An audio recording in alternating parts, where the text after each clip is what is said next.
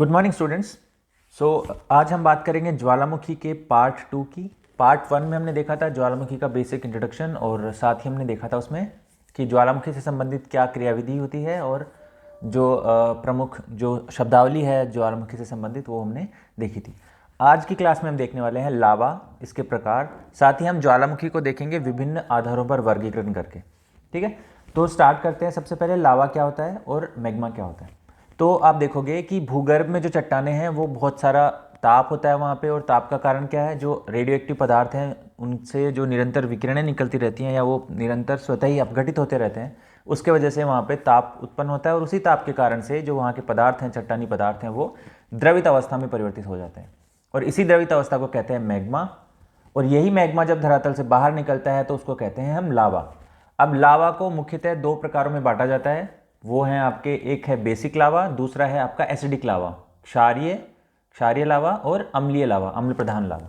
ठीक है, तो ये क्षारीय और अम्लीय होने का कारण क्या है कि जो बेसिक लावा है या पैठिक लावा है उसमें आपकी सिलिका होती है कम, और वहाँ के जो मुख्य पदार्थ होते हैं वहाँ पे उसमें होते हैं लोहा और मैग्नीशियम, जबकि अम्ल प्रधान जो लावा है उसमें सिलिका की मात्रा ज़्यादा होती है और फेरोमैग्नीशियम अर्थात फेरस और मैग्नीशियम की मात्रा उसमें कम होती है। अब इन दोनों को हम कंपेयर करके देखते हैं।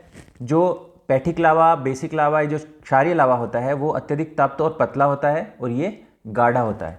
गाढ़ा होने का कारण क्या है? गाढ़ा होने का कारण यह है कि इसमें सिलिका की जो मात्रा है वो अधिक पाई जाती है। ऐसे ही बेसिक लावा का गलनांक कम होता है, एसिडिक लावा का गलनांक ज़्यादा होता है।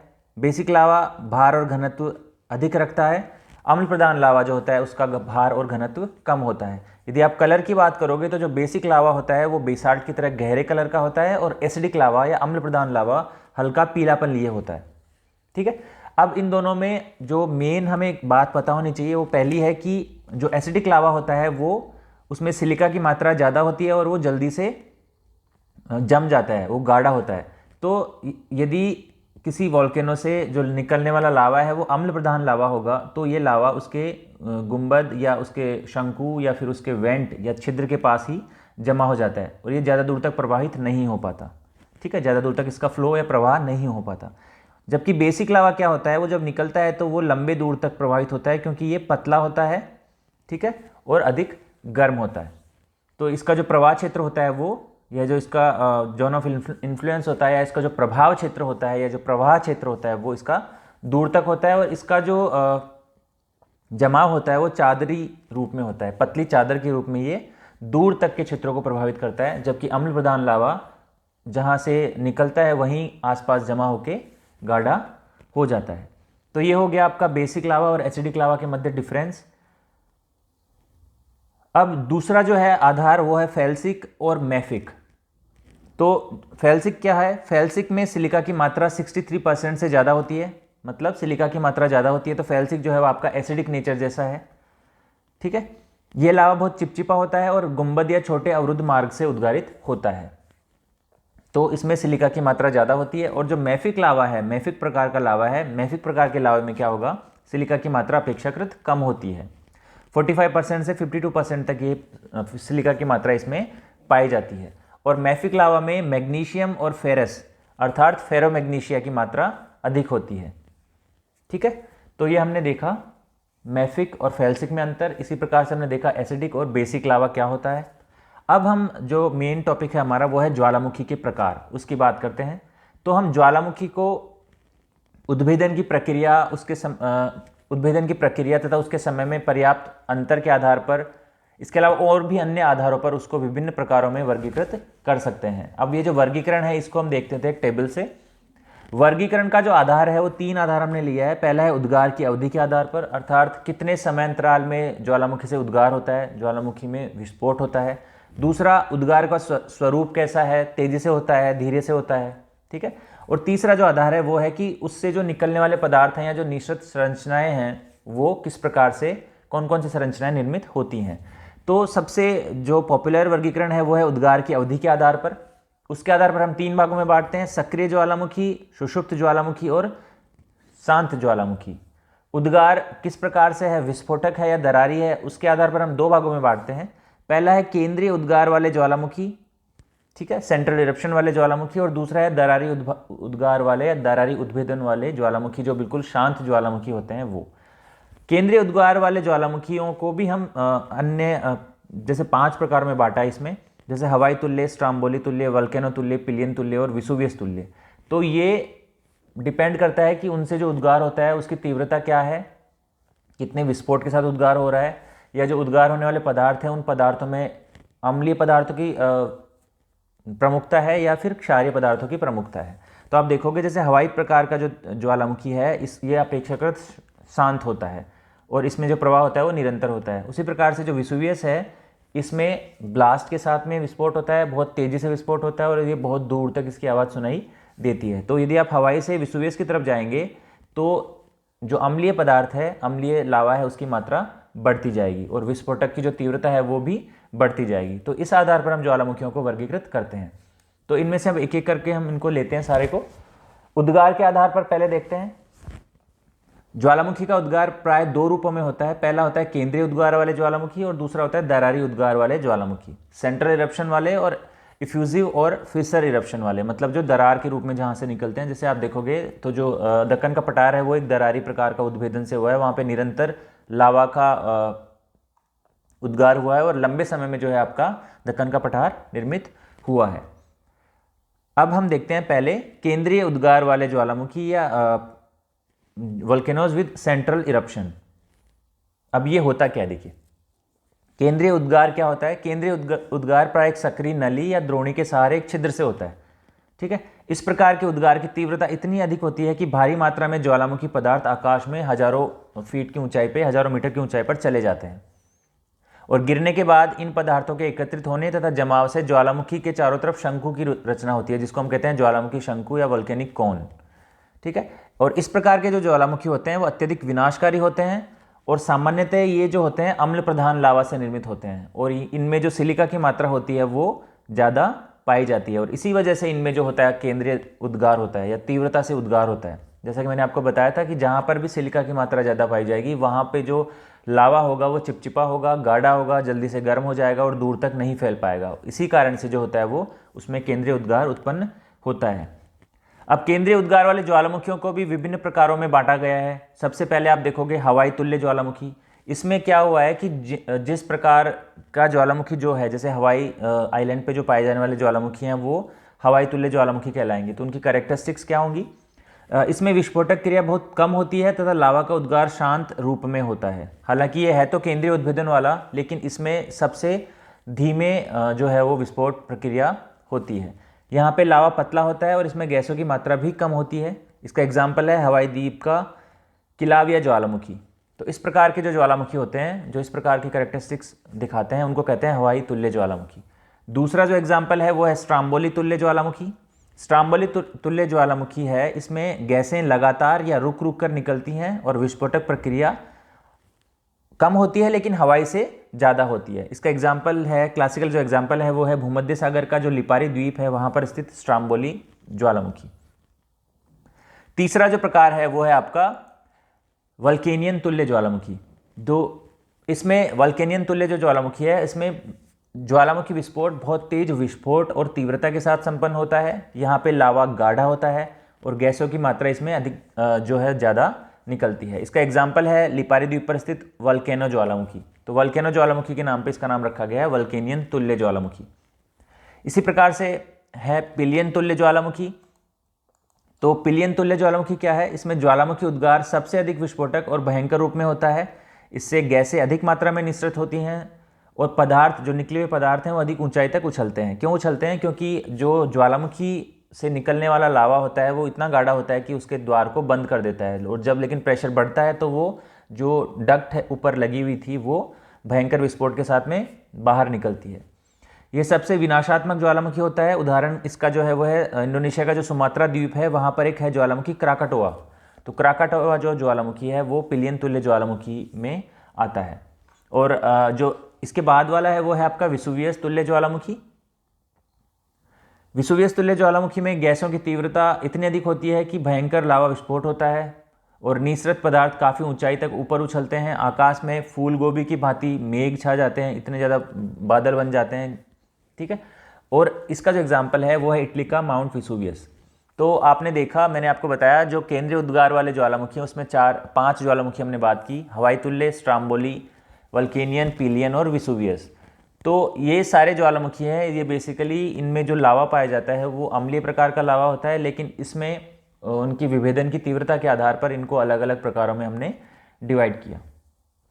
ठीक है, अब इस एग्जाम्पल में आप देख सकते हो, ये है आपका हवाई तुल्य ज्वालामुखी जहाँ पे विस्फोट की मात्रा थोड़ी कम होती है। हवाई तुल्य के बाद में हमने देखा स्ट्राम्बोली तुल्य। तो स्ट्रोम्बोली तुल्य है जिससे निरंतर उद्भेदन होता रहता है। यह आपका जो लिपारी आइलैंड का स्ट्रोम्बोली है इटली में, वहाँ उसके तुल्य है ये।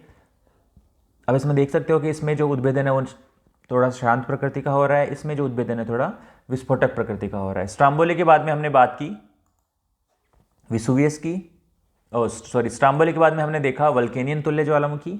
ये आप देख सकते हो वल्केनियन प्रकार का उद्भेदन है। वल्केनियन के बाद में इससे जो विस्फोटक था वो था पिलियन ज्वालामुखी, पिलियन इरप्शन है।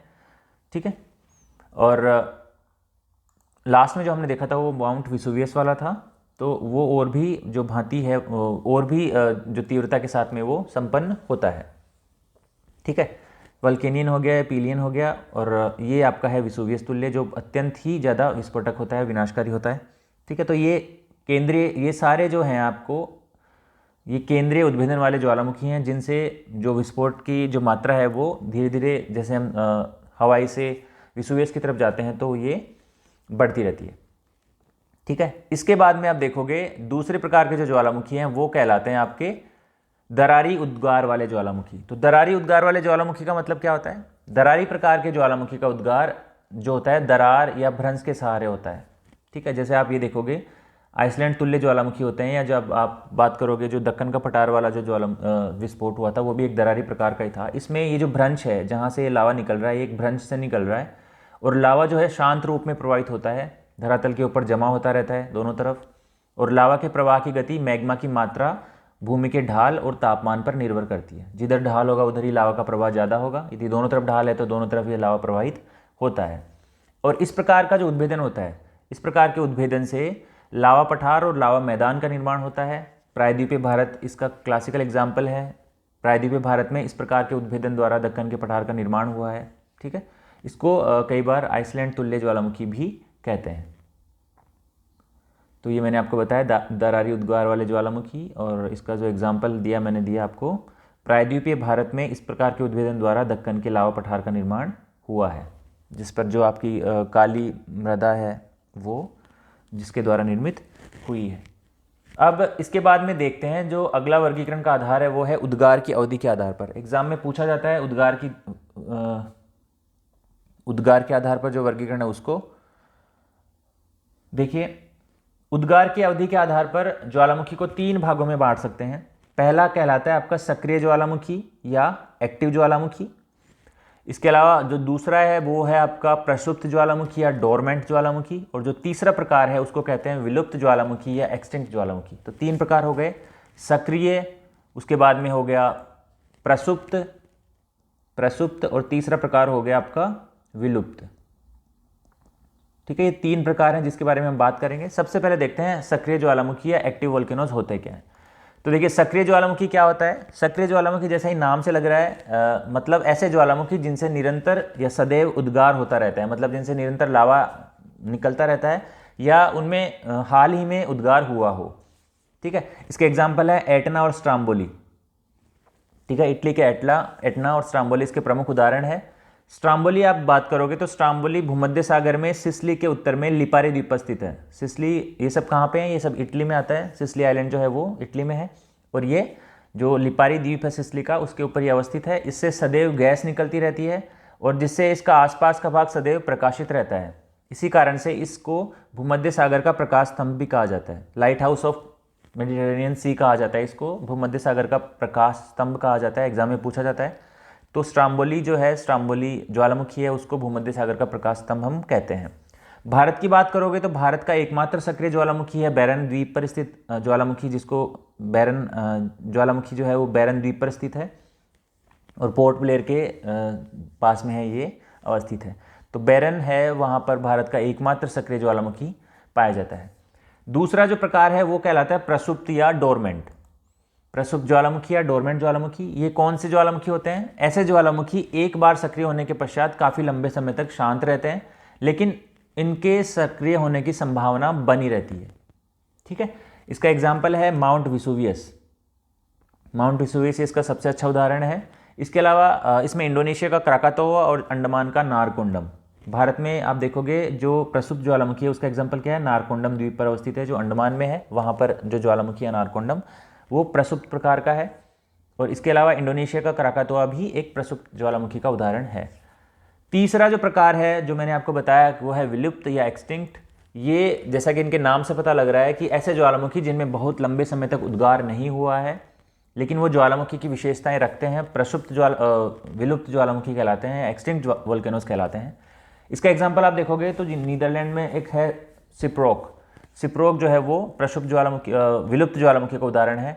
इसके अलावा इक्वाडोर का चिम्बाराजो, ईरान का कोसुल्तान भी इसके प्रमुख उदाहरण है। आपको एग्जाम्पल्स एटलीस्ट 2-3 पता होने चाहिए प्रत्येक के। तो विलुप्त ज्वालामुखी के 3 उदाहरण मैंने आपको बता दिए, शिप्रोक जो नीदरलैंड का है, इक्वाडोर का चिम्बाराजो और ईरान का कोसुल्तान। ठीक है, सभी तो जैसे ये जो विलुप्त ज्वालामुखी है इसमें जो है वो काल्डेरा झील आपको देखने को मिलती है। जैसे मान लो ये ज्वालामुखी था, इसका ऊपरी भाग जब विस्फोट हुआ तो जैसे आप देखोगे ये ज्वालामुखी था तो इसका ऊपरी भाग उड़ जाता है विस्फोट की वजह से, तो यहाँ पर एक झील बन जाती है। जो काल्डेरा मैंने आपको बताया था उसमें झील बन जाती है। तो उसमें जो विलुप्त ज्वालामुखी है उनमें सामान्यतः ये ऐसी झीलें देखने को मिलती हैं। तो हमने देखा उद्गार की अवधि के आधार पर हमने देखा 3 प्रकार के ज्वालामुखी, सक्रिय, प्रसुप्त और विलुप्त। अब देखोगे आप कि कोई भी ज्वालामुखी है वो सभी ज्वालामुखी सक्रिय, प्रसुप्त और विलुप्त चरणों से होकर गुजरते हैं, लेकिन ठीक तरह से ये बताना संभव नहीं होता कि कौन सा ज्वालामुखी कब विलुप्त हुआ है। कई बार ऐसा होता है कि हमें लगता है कि ज्वालामुखी एक्सटिंक्ट हो गया, विलुप्त हो गया, लेकिन फिर से उसमें टेक्टोनिक एक्टिविटीज़ की वजह से गतिशीलता उत्पन्न होती है और वो एक सक्रिय ज्वालामुखी की भांति व्यवहार करने लग जाता है। तो आज की क्लास में हमने देखा ज्वालामुखी का वर्गीकरण और लावा का वर्गीकरण। अगली क्लास में हम कुछ ज्वालामुखी से संबंधित कुछ नया टॉपिक पढ़ेंगे। तो आज के लिए इतना ही। Thank you very much.